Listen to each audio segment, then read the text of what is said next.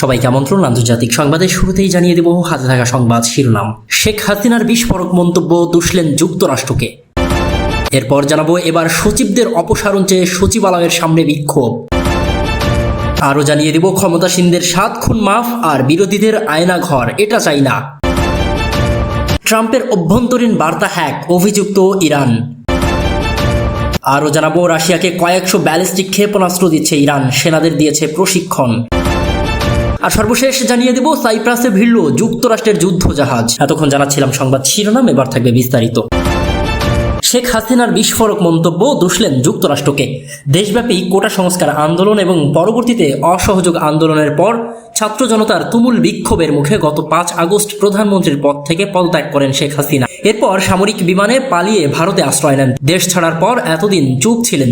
অবশেষে শেখ হাসিনা প্রথম কোনো বক্তব্য প্রকাশ্যে এলো।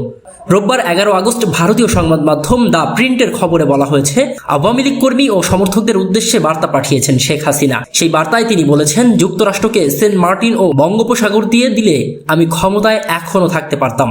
শেখ হাসিনার পাঠানো ওই বিবৃতিতে বলা হয়েছে, আমি পদত্যাগ করেছি কারণ লাশের মিছিল আমি আর দেখতে চাইনি। তারা শিক্ষার্থীদের লাশের উপর দিয়ে ক্ষমতায় আসতে চেয়েছিল, কিন্তু আমি তার অনুমোদন দেইনি। শেখ হাসিনা আরো বলেছেন, আমি এখনো দেশে থাকলে আরো অনেকে প্রাণ হারাতো, আরো অনেক সম্পদ নষ্ট হতো। বার্তায় কর্মীদের উদ্দেশ্যে শেখ হাসিনা বলেন, ইনশাআল্লাহ শিগগিরই আমি দেশে ফিরছি। এই পরাজয় আমার, কিন্তু এই বিজয় জনগণের। তিনি আরো বলেছেন, আমি নিজেকে সরিয়ে নিয়েছি, আমি আমাদের বিজয়ের মাধ্যমে এসেছি। আপনারা আমার শক্তি ছিলেন, এরপর আপনারা আমায় চাননি, আমি সরে গেছি এবং পদত্যাগ করেছি। শেখ হাসিনা আরো বলেন, আমার কর্মীরা সেখানে যারা আছেন কেউ মনোবল হারাবেন না, আওয়ামী লীগ আবারও দাঁড়াবে।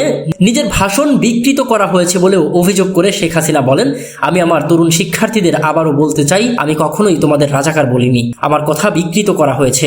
সংবাদ মাধ্যম দ্য প্রিন্ট জানিয়েছে, আগামী সপ্তাহে ভারতীয় সংবাদ মাধ্যমে হাসিনা ভাষণ দেবেন বলে ধারণা করা হচ্ছে। এবার সচিবদের অপসারণ চেয়ে সচিবালয়ের সামনে বিক্ষোভ। শেখ হাসিনা সরকারের সময় দায়িত্ব পালন করা সব সচিবদের অপসারণের দাবিতে বাংলাদেশ সচিবালয়ের সামনে বিক্ষোভ করেছে ছাত্র জনতা। রোববার 11 আগস্ট বেলা 11টা থেকে তারা সচিবালয়ের সামনে অবস্থান নেন। এ সময় তারা সচিবদের অপসারণ ও বিচারের দাবিতে বিভিন্ন স্লোগান দেন। বিক্ষোভকারীরা জানান, শেখ হাসিনা সরকারের A to Z অপসারণ চাই। এদিকে সচিবালয়ের সামনে নিরাপত্তার দায়িত্ব পালন করছে সেনা সদস্যরা। দুপুর 12টার দিকে আন্দোলনকারীরা চলে যান।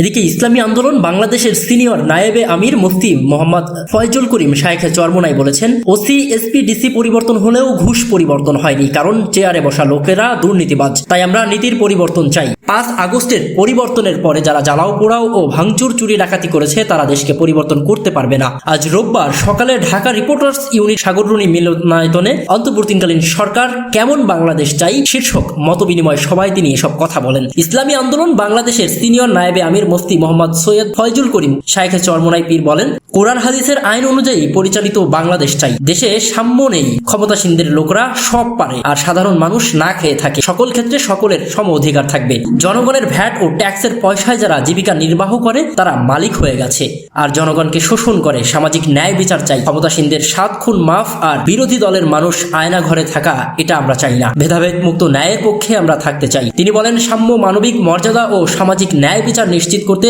নীতি ও আদর্শের পরিবর্তন করতে হবে। এই পরিবর্তনের জন্য সংবিধান পরিবর্তন করতে হবে। হেফাজতে ইসলাম বাংলাদেশের রাজনৈতিক দল নাকি অরাজনৈতিক দল তা বুঝতে পারছি না। আশা করি হেফাজতের অবস্থান স্পষ্ট করে কাজ করা দরকার। বৈষম্য বিরোধী ছাত্র আন্দোলনে ওলামা ও তোলাবাদের ভূমিকাও সবচেয়ে বেশি ছিল, তাই সকল পরামর্শে ওলামা ও তোলাবাদের সম্পৃক্ত করতে হবে। ইসলামী আন্দোলনে বাংলাদেশের সিনিয়র নায়েবে আমির বলেন, শেখ হাসিনার বিরুদ্ধে যখন কথা বলা যায়নি আমরা তখনও কথা বলেছিলাম। আমরা বলেছি সেনাবাহিনী ভারত, রাশিয়া ও চীন তাকে রক্ষা করতে পারবে না, সেটা রক্ষা করতে পারেও নি। জাতীয় ওলামায়ে শায়েখ আইম্মা পরিষদের সভাপতি আল্লামা নুরুল হুদা ফয়েজি সভার সভাপতিত্ব করেন। মুফতি রেজাউল করিম আবরার ও মাওলানা শামসুদ্দোহা শরীফের যৌথ পরিচালনায় মতবিনিময় সভায় আলোচনা করেন মুফতি নেয়ামতুল্লাহ আল ফরিদি, মাওলানা আব্দুল হাই মোহাম্মদ সাইফুল্লাহ, হাফিজুর রহমান সিদ্দিকী কুয়াকাটা, মুফতি মোহাম্মদ আলী কাসেমি, সৈয়দ মোহাম্মদ হাসান আল আজহারি, মাওলানা মুস্তফা রহিম আজহারি, কবি মুসা আল হাফিজ, মাওলানা আতাউল্লাহ আমিন, মুফতি হেমায়েতুল্লাহ কাসেমি, মুফতি কেফায়েতুল্লাহ কাশফি ও মুফতি নোমান কাশফি হাশেমি প্রমুখ। মুফতি নিয়ামতুল্লাহ আল ফারিদি বলেন, গতকাল পদত্যাগে বাধ্য হওয়ার প্রধান বিচারপতি নিযুক্ত হয়ে বলেছিলেন, বাংলাদেশে এমন কোন সেক্টর নেই যে সেক্টরে দুর্নীতি নেই। দেশকে সংস্কার করতে সাধারণ ও দিননি শিক্ষায় শিক্ষিত সমন্বয়ে সংবিধান সংশোধন কমিশন গঠন করা দরকার। বর্তমান ছাত্রদেরকে আদর্শ নাগরিক হিসেবে গড়ে তুলতে, নৈতিক শিক্ষায় শিক্ষিত করে গড়ে তুলতে উপযুক্ত ব্যক্তিকে চেয়ারম্যান করে নতুন শিক্ষা কমিশন গঠন করতে হবে। মাওলানা আব্দুল হাই মোহাম্মদ সাইফুল্লাহ বলেন, নেতার পরিবর্তন নয়, নীতির পরিবর্তন করতে হবে। পুলিশের পোশাক পরিবর্তন করতে হবে। রাষ্ট্র শাসকদের বাজারে যেতে হবে। দুর্নীতিমুক্ত বাংলাদেশ গড়তে কার্যকরী পদক্ষেপ নিতে হবে। সমকামী শিক্ষা ব্যবস্থা এই দেশে থাকতে পারে না। খাদ্য নিরাপত্তা থাকাটাও জরুরি। এদিকে ট্রাম্পের অভ্যন্তরীণ বার্তা হ্যাক হয়েছে, অভিযুক্ত করা হচ্ছে ইরানকে।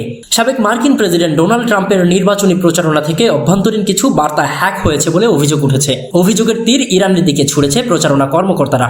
বার্তা হ্যাকের ঘটনাটি ইরানের হ্যাকার কর্তৃক সংগঠিত বলে ধারণা করছে তারা। ট্রাম্পের ভাইস প্রেসিডেন্ট প্রার্থী ওহাইও সিনেটর জেডি ভান্স সম্পর্কে অভ্যন্তরীণ গবেষণার নথি ইমেইল পেয়েছে বলে জানিয়েছে মার্কিন সংবাদ সংস্থা পলিটিকো। ট্রাম্পের প্রচারণার মুখপাত্র বিবিসিকে জানায়, এই নথিগুলো অবৈধভাবে শত্রুভাবাপন্ন বিদেশি সূত্র থেকে সংগ্রহ করা হয়েছে। 2024 সালে নির্বাচনে হস্তক্ষেপ করার জন্য এগুলো হ্যাক করা হয়েছিল। পলিটিকো দাবি করেছে তারা নথির প্রমাণ নিশ্চিত করেছে, তবে বিবিসি সেই দাবিগুলো যাচাই করতে পারেনি। হ্যাকিং এর ঘটনায় ইরানের হ্যাকারদের সম্পৃক্ততার কোনো প্রমাণ ও প্রচারণা কর্মকর্তারা দেননি, তবে হ্যাকারদের সম্পৃক্ততার দাবি করেছে মাইক্রোসফটের একটি প্রতিবেদন।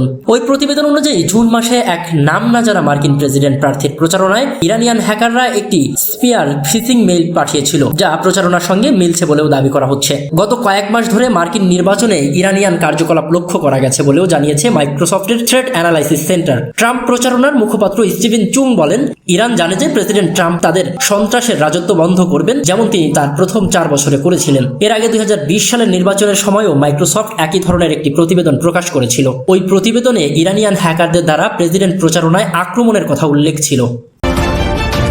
এদিকে রাশিয়াকে কয়েকশো ব্যালিস্টিক ক্ষেপণাস্ত্র দিচ্ছে ইরান, সেনাদের দিয়েছে প্রশিক্ষণ।